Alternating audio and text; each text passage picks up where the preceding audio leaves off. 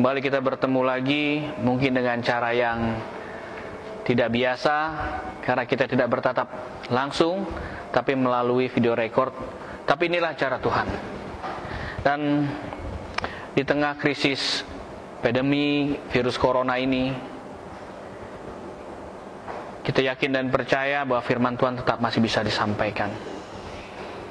Hari ini firman Tuhan akan diambil dari Yohanes 11 ayat 1 sampai dengan yang 7. Tapi kita nggak usah baca itu semua, saya akan baca satu ayat saja. Di ayat yang ketiga, dan Lazarus yang sakit itu adalah saudaranya. Kedua perempuan itu mengirim kabar kepada Yesus, Tuhan, dia yang kau kasihi sakit. Mari jemaat kasih Tuhan kita berdoa sebelum kita melanjutkan firman Tuhan. Allah Bapa kami yang berada dalam surga, terima kasih.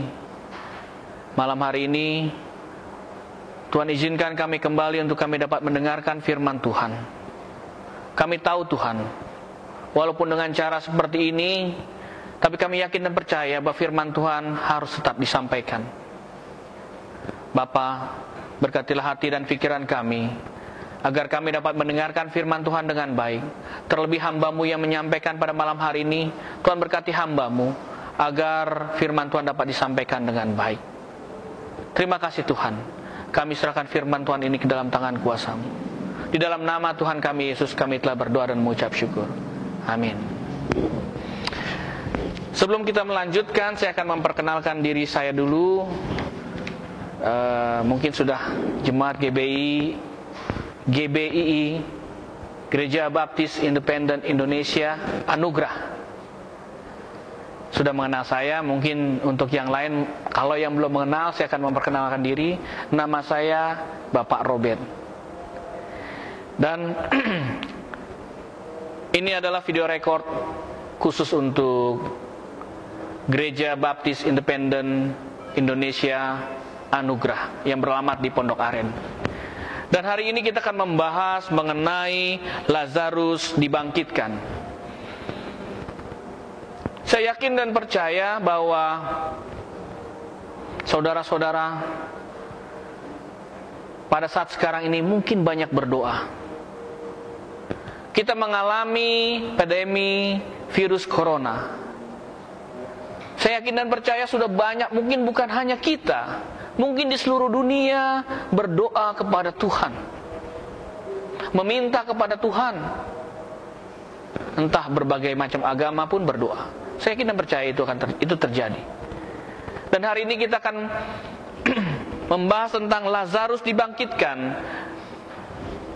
Bagaimana Tuhan menjawab doa daripada Marta dan Maria yang menanti waktu Tuhan. Dan pada malam hari ini saya akan memberikan tema menanti waktu Tuhan. Bapak Ibu jemaat yang dalam Tuhan kita Yesus Kristus, bagaimana kita dapat menanti waktu Tuhan? Yang pertama adalah ayat yang ke-6 saya bacakan. Namun setelah ia mendengar bahwa Lazarus sakit, ia sengaja tinggal 2 hari lagi tempat di mana ia berada.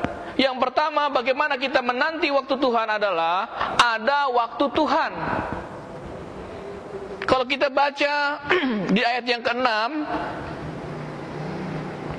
namun setelah ia mendengarnya, yang mendengar adalah Tuhan Yesus, bahwa Lazarus sakit, ia ini Tuhan Yesus, sengaja tinggal 2 hari lagi di tempat di mana ia berada. Tuhan Yesus mendengar kabar bahwa Lazarus sakit. Lazarus, saudara Marta dan Maria sakit. Orang yang dikasihi Tuhan Yesus sakit. Dia tidak segera. Ada apa? Mengapa hal ini Tuhan Yesus lakukan? Tapi melalui ayat ini kita dapat belajar bersama-sama bahwa ada waktu Tuhan. Bagaimana kita dapat menanti waktu Tuhan? Yang pertama, kita harus sadar dan kita harus paham bahwa ada waktu Tuhan. Waktu Tuhan tidak sama dengan waktu kita. Secara manusia, saya juga ingin bahwa virus corona ini, pandemi corona ini cepat berlalu dari negeri kita semua, bahkan di dunia. Tapi yang perlu kita sadari bahwa ada waktu Tuhan. Waktu Tuhan tidak sama dengan waktu manusia. Tuhan telah menetapkan waktu yang tepat.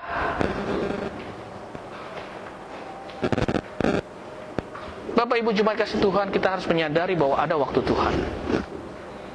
Mungkin sekarang belum, tapi kita percaya ada waktu Tuhan. Ada waktu di mana Tuhan nantinya akan mengangkat ini semua. Kita akan masuki yang kedua. Yang kedua, bagaimana kita dapat menanti waktu Tuhan adalah kita harus mengerti bahwa rancangan Tuhan adalah baik. Kita harus sadari bahwa rancangan Tuhan adalah baik. Kita akan melihat ayat yang keempat.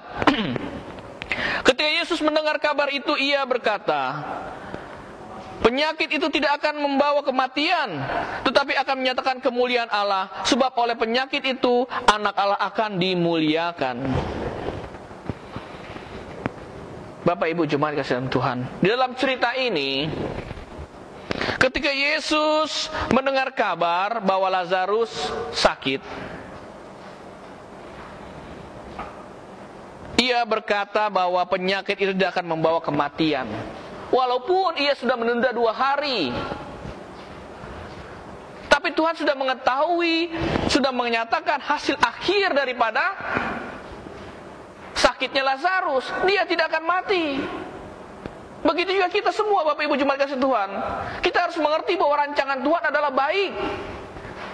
Seperti yang dikatakan oleh Yeremia 29 ayat 11. Sebab aku ini mengetahui rancangan-rancangan yang apa yang ada padaku mengenai kamu.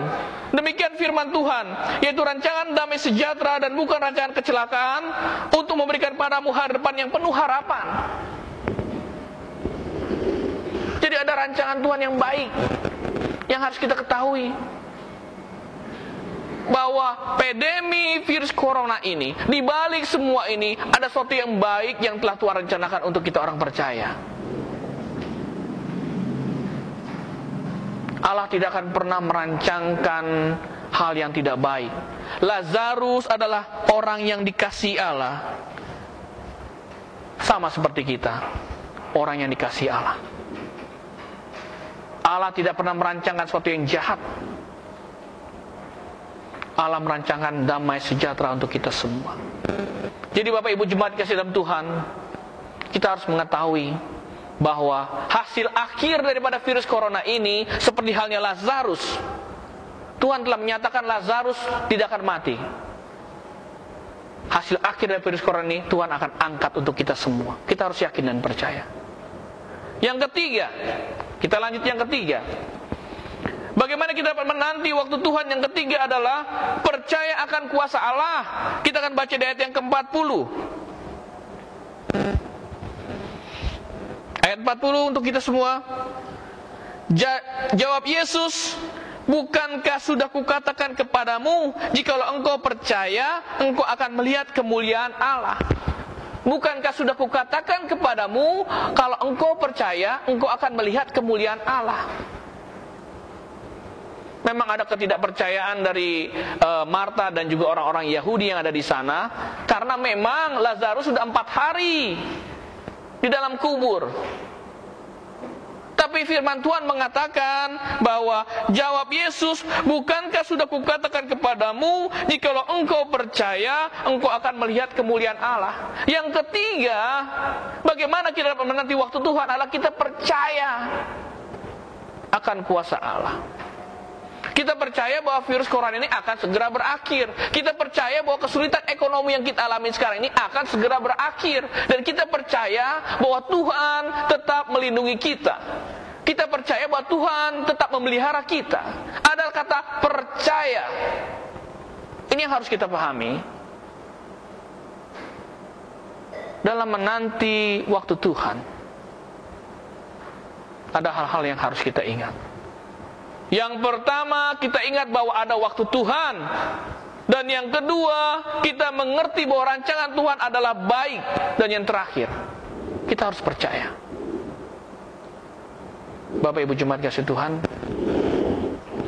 mungkin renungan singkat ini dapat kita renungkan, dapat kita pelajari bahwa untuk menanti jawaban Tuhan, untuk menanti waktu Tuhan, kita harus mengerti bahwa ada waktu Tuhan. Kita harus pahami dan sadari bahwa rancangan Tuhan adalah rancangan damai sejahtera. Dan yang terakhir, kita harus meyakini, kita harus percaya kepada Tuhan bahwa akan ada kuasa Tuhan nyata dalam kehidupan kita. Bahwa virus corona semuanya akan terangkat oleh kuasa Tuhan. Amin. Mari kita berdoa.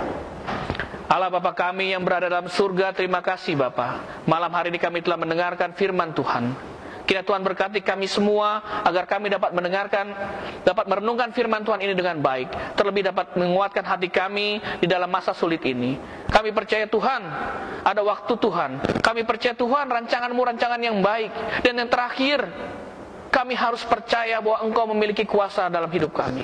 Terima kasih Tuhan. Kami serahkan firman Tuhan ini ke dalam tangan kuasa-Mu. Di dalam nama Tuhan kami Yesus kami telah berdoa dan mengucap syukur.